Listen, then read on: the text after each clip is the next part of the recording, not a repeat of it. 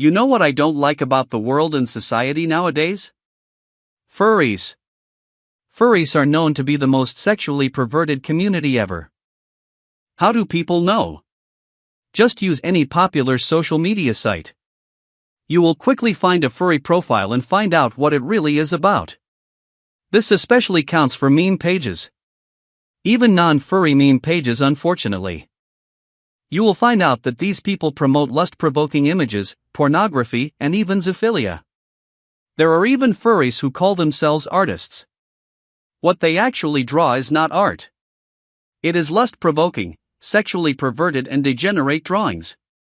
What's worse is that they draw very good.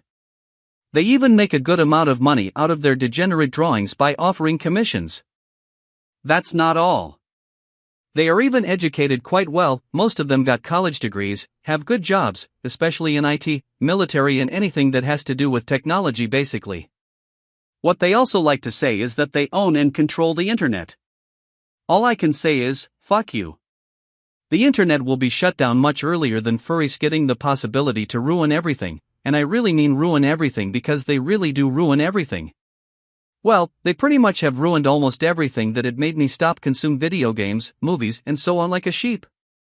As you can already tell, it's an adult's hobby. That means that adults primarily dominate the furry fandom, which is not a good thing at all.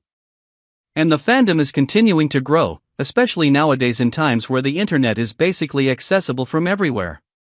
From every device to every country. Even the most shittiest third world countries got access to the internet nowadays. You know, adults are supposed to be a role model for the aspiring future generations. If we have more and more adults who are furries, wear fursuits, behave weirdly, basically behave like a degenerate and so on and so forth, what will the future generations think? You can answer that question by yourself.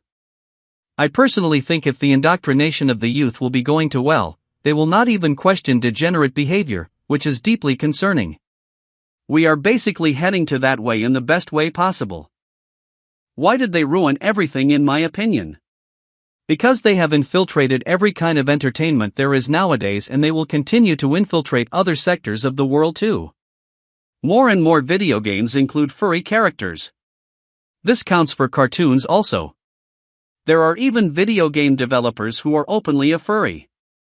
Here is a short clip that says that furries will take over animation, even though I don't agree that this is a good thing, but he is still right that they are taking over, and not just animation. After having watched the new episode, but what I'm really hoping to talk about across this video is really the phenomena of furry taking over animation. And no, I don't think that's a bad thing, especially in indie animation where I feel like the furry trend has taken on a new life. What I also noticed is that almost every furry is gay. Like unironically gay. There are also furries who are bisexual, who are transgender, who don't even know what gender they are. It's absolutely insane. They are so proud of it, as if they have accomplished something in their life. All I can say is that they are degenerate pieces of parasites that don't contribute to society and humanity in general, and that there should be harsh consequences for being degenerate in the public. Unfortunately, society has gotten weak and soft. Bullies don't exist anymore. Bullying is a thing of the past. What we got instead is that society promotes degeneracy.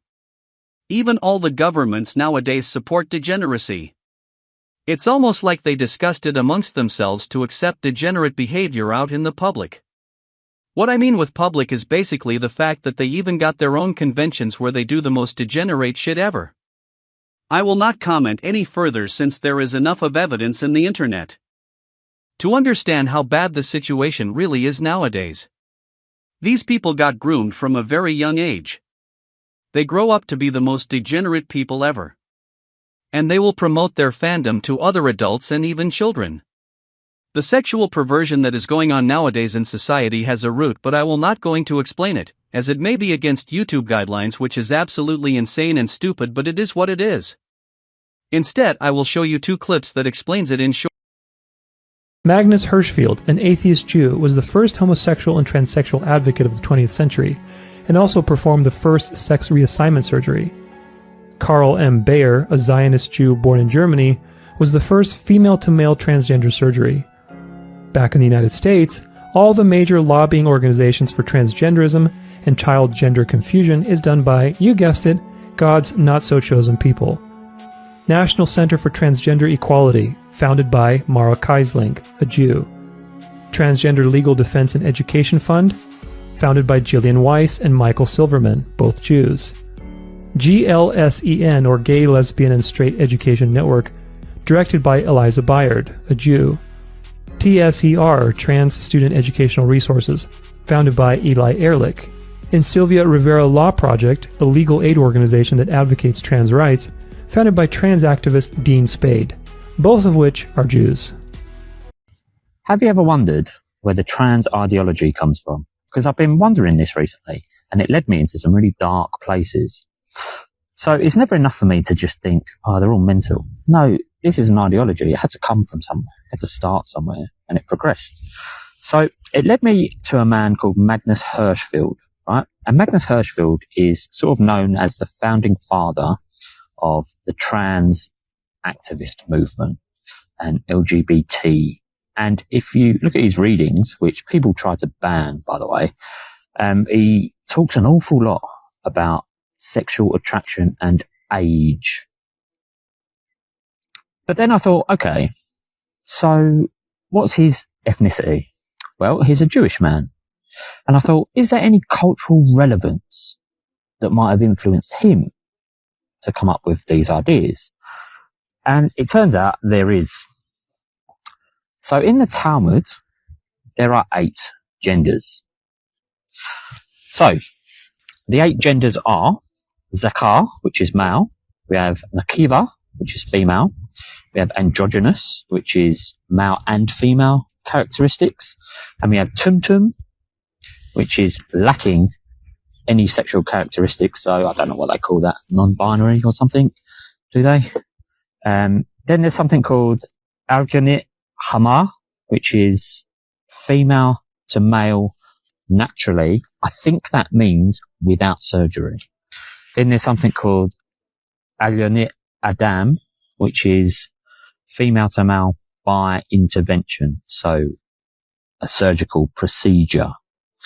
Then there's something called Sareh Hamar, which is male to female naturally, and Sareh Adam, which is by intervention, so with surgery.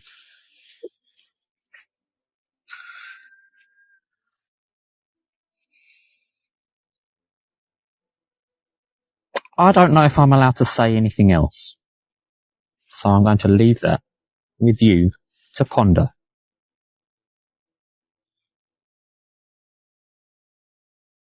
I hope these 2 clips have enlightened your perspective on things. Anyways, these people are out there, and the fandom is growing exponentially. Especially those in the LGBT alphabet group. These degenerates get offended easily, are ashamed of nothing, are entitled to everything and contribute nothing, and no, contributing to invent a vaccine for a pandemic is not contributing but is supporting a crime. Yet somehow these degenerates are widely accepted nowadays. What I always find funny is how they talk about morality. What morality?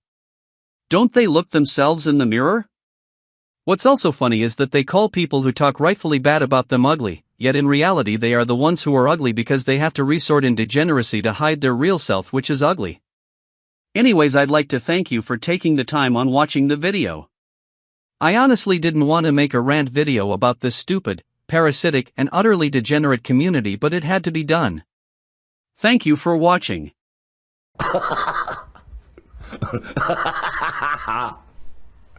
Es ist lächerlich, ja, darum lache ich auch. Wenn Sie mir das noch bezahlen könnten, das wäre nett.